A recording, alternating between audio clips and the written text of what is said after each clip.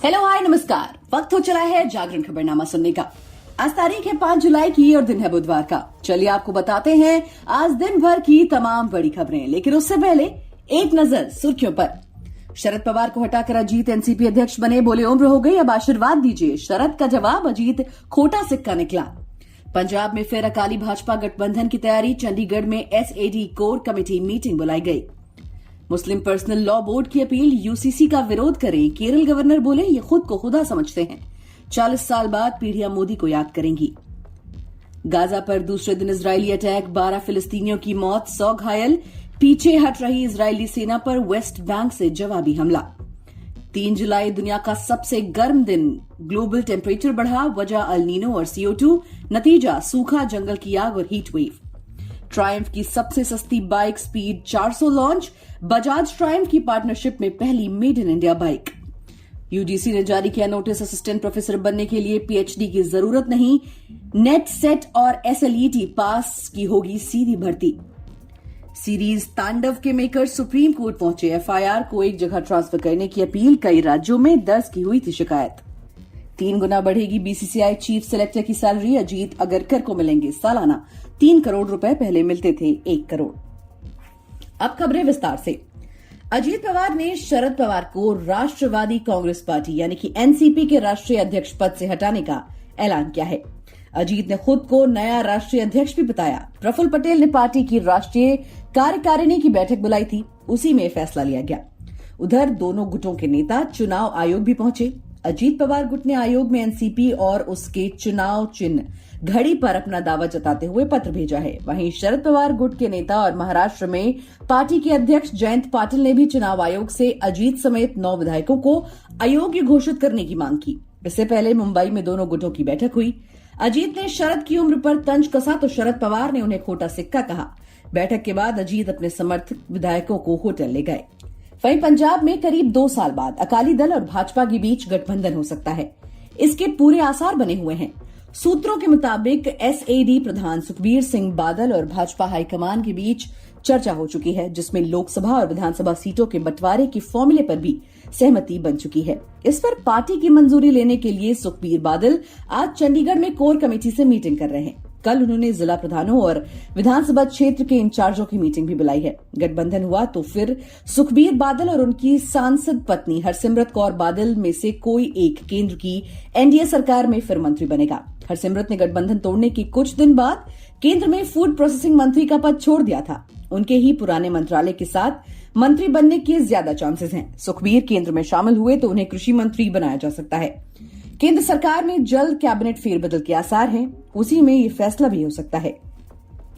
वहीं 27 जून को भोपाल में प्रधानमंत्री नरेंद्र मोदी ने देश भर में यूनिफॉर्म सिविल कोड को जल्द लागू करने की वकालत की थी। मुस्लिम पर्सनल लॉ बोर्ड ने बुधवार को वर्चुअल मीटिंग की और यूसीसी का विरोध करने का फैसला किया। बोर्ड ने लेटर जारी कर लोगों से विरोध करने की अपील की। इधर केरल के राज्यपाल आरिफ मोहम्मद खान ने शरीयत कानून पर हमला बोला है। खान ने कहा, मुस्लिम पर्सनल लॉ बनाने वाले अपने आप को खुदा से कम नहीं समझते। बादशाहों की जरूरत पूरी करने के लिए लिखे गए कानूनों को शरीयत का नाम दे दिया गया है, ये उसी की वकालत करते हैं। खान ने यह भी कहा कि इस्लामी कानून भेदभाव करते हैं। 90% कानूनों को कुरान से कोई लेना देना नहीं है। 3 तलाक खत्म करने के लिए 40 साल बाद हमारी पीढ़ियां प्रधानमंत्री नरेंद्र मोदी को याद करेंगी। वहीं इजराइल और फिलिस्तीन के बीच जेनिन शहर में 2 दिन से जारी तनाव के बाद मंगलवार को इजरायली सेना ने वेस्ट बैंक से पीछे हटना शुरू कर दिया। सेना के 2 दिन के ऑपरेशन में करीब 12 फिलिस्तीनियों की मौत हो गई, वहीं 100 से ज्यादा घायल हुए हैं।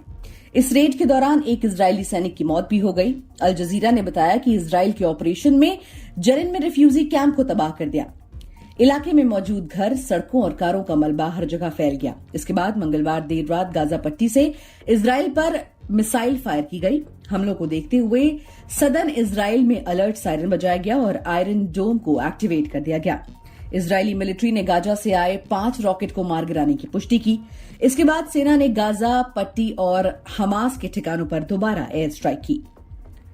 वहीं दुनिया में 3 जुलाई का दिन अब तक का सबसे गर्म दिन बन गया है। अमेरिका के national centres for environmental protection के मुताबिक 3 जुलाई को average global temperature 17 degree Celsius के पार पहुंच गया।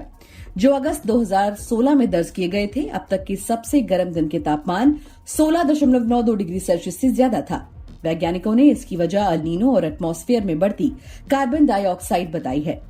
वैज्ञानिकों के मुताबिक ह्यूमन एक्टिविटीज भी तापमान बढ़ाने की एक बड़ी वजह है। फॉसिल फ्यूल्स के जलने से हर साल 40 अरब टन CO2 पैदा होती है।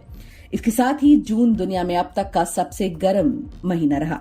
ग्रैंथम Institute for Climate Change and the Environment के साइंटिस्ट फ्रेडरिक ऑटो ने कहा, हमने कोई ऐसा मील का पत्थर नहीं पार किया है जिसका जश्न मनाना चाहिए।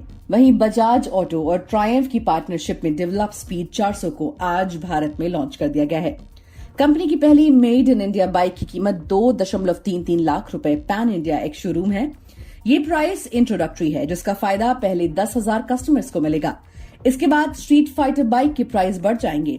कंपनी ने 27 जून को made in India speed 400 Duo और स्क्रैम्बलर 400X को लंदन में अनवील किया था। ये भारत में सबसे किफायती ट्रायम्फ मोटरसाइकिल है। स्क्रैम्बलर 400X को बाद में लॉन्च किया जाएगा। ट्रायम्फ ने ऑफिशियल वेबसाइट पर दोनों बाइक की बुकिंग शुरू कर दी है। बायर्स 2,000 रुपए में बाइक बुक कर सकते हैं, जो फुल्ली रिफंडेबल है। वहीं अगर आप किसी कॉलेज या यूनिवर्सिटी में असिस्टेंट प्रोफेसर बनना चाहते हैं तो आपको नेट, सेट और स्लेट की परीक्षा पास करनी पड़ेगी। यूजीसी यानी विश्वविद्यालय अनुदान आयोग ने सहायक प्रोफेसर बनने के लिए न्यूनतम योग्यता तय कर दी है। यूजीसी ने इस संबंध में आज यानी बुधवार को जानकारी दी। न्यूज एजेंसी ANI के माध्यम से दी गई इस जानकारी में ये बात कही गई है, जिसमें बताया गया है कि सभी उच्च शैक्षणिक शिक्षा संस्थानों के लिए सहायक प्रोफेसर के पद पर सीधी भर्ती के लिए न्यूनतम मानदंड तय कर दिया गया है। यूजीसी ने इस संबंध में एक नोटिफिकेशन जारी किया है। नोटिफिकेशन में बताया गया है कि असिस्टेंट प्रोफेसर पद के लिए न्यूनतम योग्यता के रूप में NET या SET या SLET पास करना जरूरी होगा। इसके साथ ही ये तय हो गया है कि इन परीक्षाओं को पास करने वाले उम्मीदवार ही अब सीधे असिस्टेंट प्रोफेसर के पद पर नौकरी पा सकेंगे। यूजीसी का ये नया नियम 1 जुलाई 2023 से लागू कर दिया गया है। मनोरंजन जगत की बात करें तो वेब सीरीज तांडव के मेकर्स की याचिका पर आज सुप्रीम कोर्ट में सुनवाई हुई। मेकर्स ने सुप्रीम कोर्ट में अपील की है कि उनके खिलाफ जितनी भी FIR दर्ज हैं उसे एक जगह पर ट्रांसफर कर दिया जाए। जनवरी 2021 में यह सीरीज Amazon प्राइम पर स्ट्रीम होनी शुरू हुई थी। हालांकि इसके स्ट्रीम होते ही विवाद शुरू हो गया। मेकर्स पर हिंदू भावनाओं को ठेस पहुंचाने और प्रधानमंत्री के पद की गरिमा को नुकसान पहुंचाने का आरोप लगा। यूपी, MP और महाराष्ट्र सहित देश के कई हिस्सों में मेकर्स के खिलाफ FIR दर्ज हुई। Producer Himanshu Krishna Mehra, Amazon prime India की हेड अपर्णा पुरोहित और एक्टर मोहम्मद जीशान अयूब ने सुप्रीम कोर्ट में एक याचिका डाली थी। अब कोर्ट ने मामले की अगली सुनवाई अगस्त में रखी है। खेल जगत की बात करें तो भारतीय टीम के पूर्व तेज गेंदबाज अजीत अगरकर मंगलवार को टीम इंडिया की सिलेक्शन कमेटी के नए चेयरमैन बनाए गए। इस बीच क्रिकेट वेबसाइट क्रिकबज़ की रिपोर्ट के मुताबिक चीफ सेलेक्टर अगरकर को 1 करोड़ की जगह सालाना 3 करोड़ रुपए की राशि मिलेगी। वहीं अन्य सिलेक्टर्स का वेतन भी सालाना 90 लाख रुपए से बढ़ाया जाएगा। सितंबर में BCCI की एनुअल मीटिंग में सैलरी पर चर्चा हो सकती है। अजीत अगरकर ने चेतन शर्मा की जगह ली, जिन्होंने एक विवादास्पद स्टिंग ऑपरेशन के बाद मुख्य चयनकर्ता के पद से इस्तीफा दे दिया था। चेतन शर्मा बतौर चीफ सेलेक्टर 1 करोड़ रुपए का वेतन पाते थे। अगरकर पहले 2023 इंडियन प्रीमियर लीग में दिल्ली कैपिटल्स के साथ सहायक कोच के रूप में जुड़े थे। कुछ दिन पहले फ्रेंचाइजी ने उन्हें रिलीज कर दिया था। इसी के साथ आज के लिए फिलहाल इतना ही। देश और दुनिया की बाकी खबरों को जानने के लिए सुनते रहिए जागरण खबरनामा।